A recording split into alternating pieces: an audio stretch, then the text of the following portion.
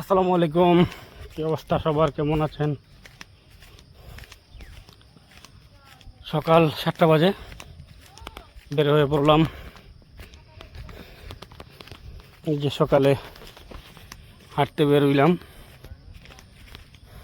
যদিও আমি প্রতিদিনই হাঁটি এখন, কারণ এখন শীতের দিন আসছে। শীতের দিনের পরিবেশটা সবসময় দেখার চেষ্টা করি। এই যে পানি, এই যে গাছে প্রচুর পানি, কুয়াশা, শিশির, সব গাছে গাছে শিশির জমে থাকে সকালে। এই যে আর এই যে ভিউগুলো দেখেন, কি জটিল ভিউ, কি অস্থির লেভেলের ভিউ। সকালবেলা এরকম দৃশ্য দেখার মাঝে শান্তি আছে, মানসিক শান্তি। এগুলো হচ্ছে চোখের শান্তি।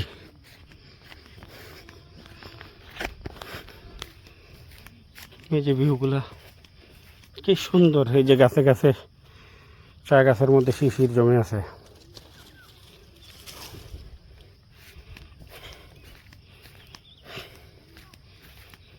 মানসিক শান্তির জায়গা।